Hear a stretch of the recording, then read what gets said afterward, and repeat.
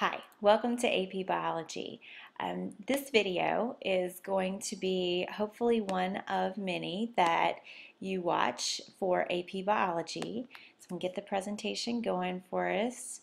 The purpose of this video is to introduce you to your summer assignment. My name is Mrs. McDowell, and many of you have not been able to have any kind of face-to-face interaction with me before or with the other teacher who's going to be teaching AP Biology next year because the school year hasn't started. Many of you or all of you have received the Google Drive shared folder that contains the documents for the summer assignment, but you haven't had the opportunity to talk about it with us. So I wanted to create this video to kind of hopefully put you at ease and go through some of the basic requirements, kind of direct you to some of the resources, and give you an example of what you can do to create this virtual field experience. Basically, you are going to be taking the experience that you have this summer and you're going to be creating a multimedia project that will allow us to virtually experience with you when we return to school. So, sounds cool, right? Let's talk about how you actually put that into a project, though. The very first thing that we want to take a look at is the objectives. And basically, you'll notice a phrase that you may have heard of before, biology as a verb or science as a verb. And that little catchphrase, what that means is that science is meant to be done. Science is something that you really truly learn best by doing. So in AP Biology, a lot of the content you are going to be learning outside of class, that basic foundation of knowledge. You know, through videos, through the textbook, you're going to be doing a lot of that as your homework. And then in class, that's where we're going to be doing inquiry-based investigations and case studies and discussions and really diving into data analysis. That's what we want our time in class to be spent on.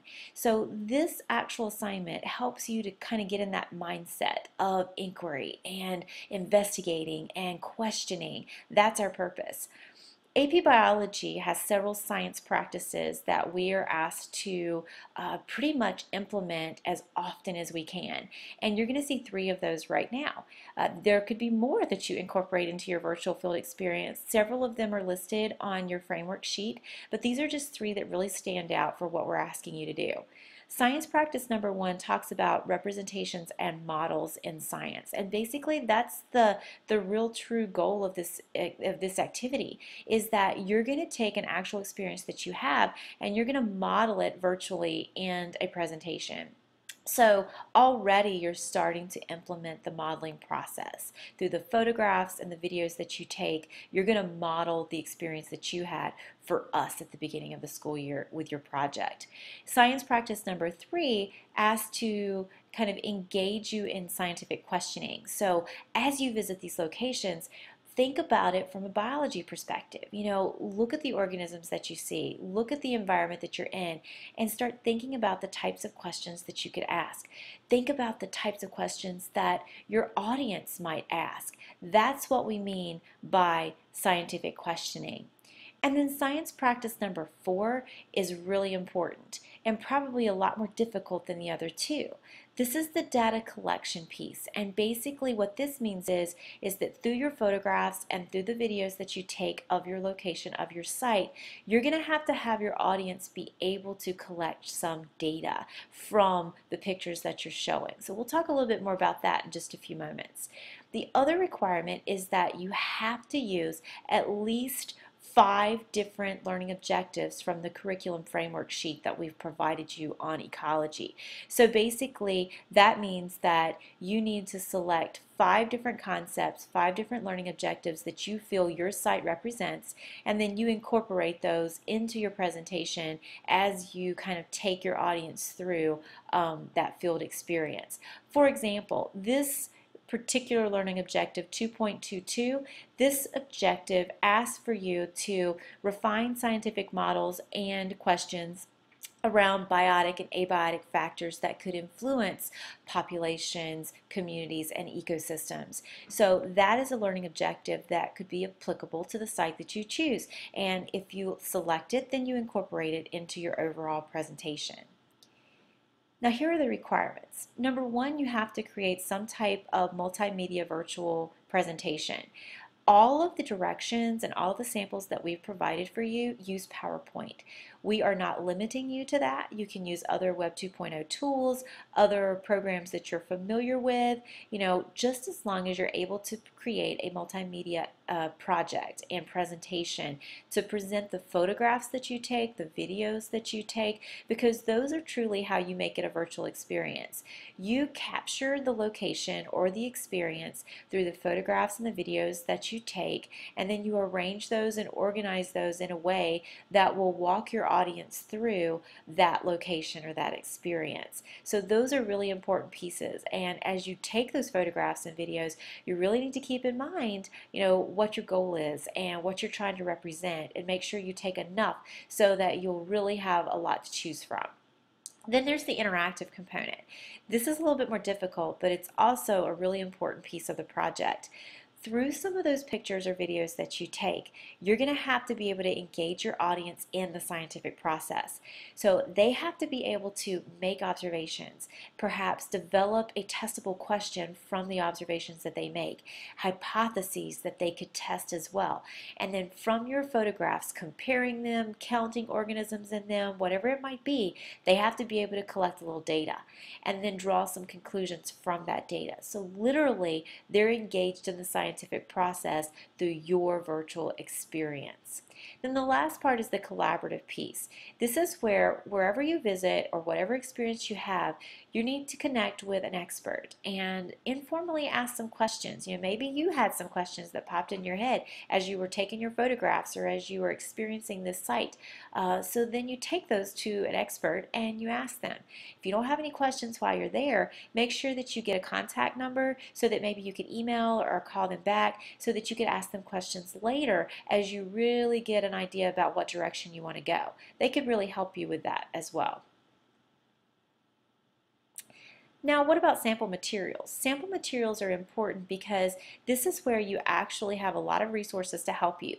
All of those materials are located in a shared folder on Google Drive. So you can access the student instruction sheet, you can access the curriculum framework, lots of samples of not only a virtual field experience, but also some of the student guides, because as you create that interactive component, you also have to create a guide that will take your audience through your virtual field experience. So it has to be a handout that basically will allow them to jot down notes, allow them to answer questions, allow them to have a space to put their observations, their questions, and their data, and perhaps write their conclusion.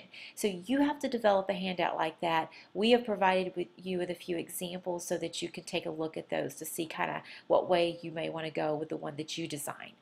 The other thing that I have for you that's not available in that actual folder are these videos. And the reason that I've included these, embedded these in this video, is so that you can get an idea of what it is you can do with some of the pictures and photos and videos that you take. When my family and I recently visited Wilson Creek Battlefield, it's a National Historic Park here in Missouri, I was able to come across a really interesting find. We first visited the spring house located there. There's an authentic house that was actually there whenever the Civil War was going on and when the battle was fought, and the family that lived there had a spring house where they basically got their water from a natural spring located on the property, and we were able to go down to that little spring house and go inside. And when we went inside, we found a really cool little ecosystem. Basically there was algae growing there were 4 crawdads, 4 crayfish that we were able to find, and then there was this prickly pear cactus, and I was like, what is that thing doing here? There's not a lot of sunlight, it's really moist in here, why is there a cactus growing here? It was just interesting to find that particular organism in this location. So that raised some questions and really piqued my interest. Then we were also a little bit later on a trail, and when we were on that trail, we actually saw another prickly pear cactus.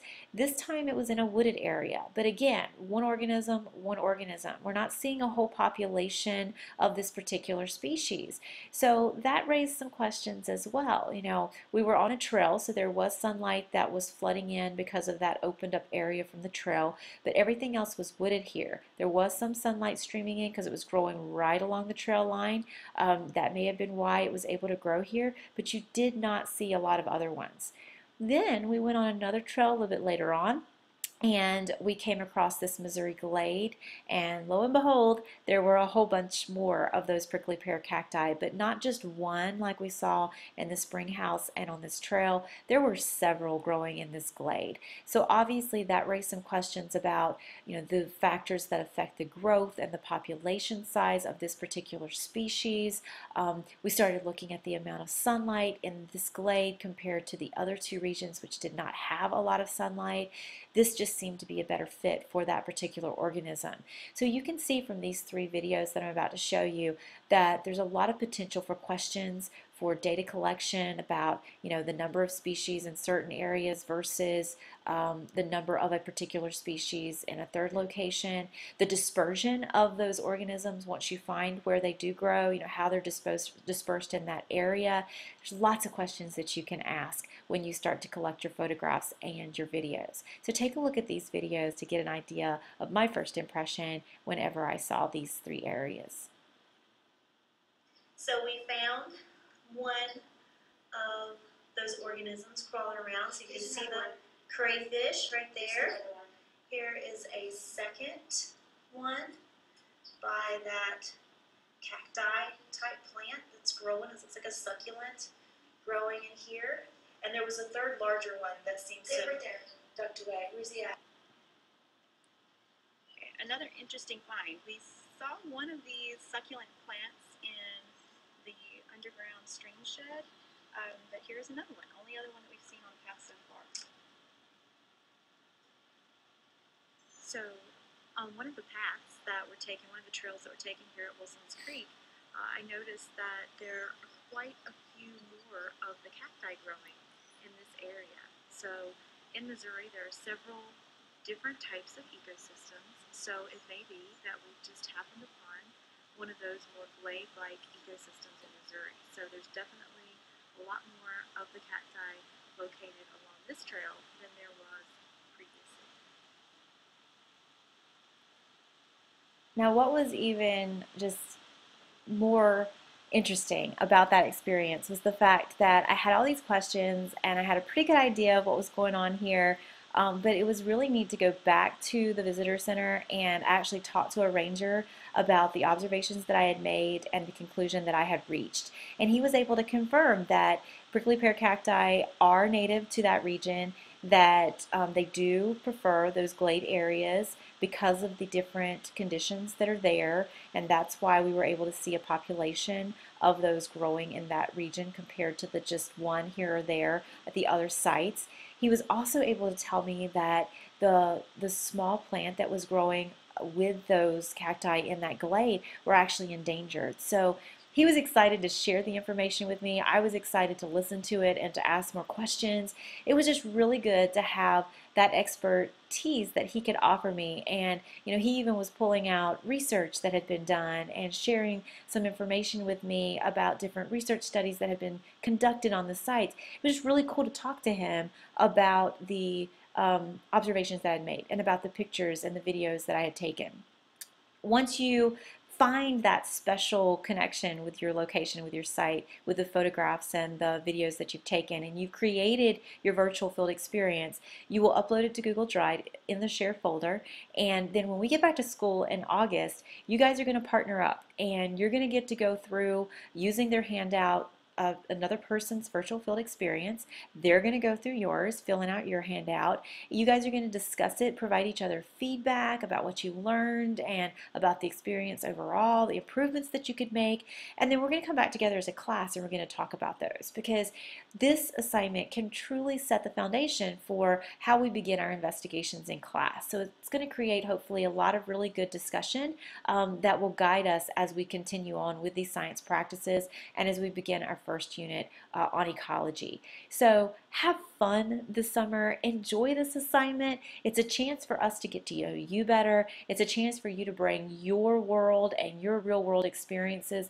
virtually into our science classroom, and we're really excited about seeing what you guys come up with, seeing how you present it, and sharing it with each other and talking about it in class. So have a great summer. We look forward to seeing you in August.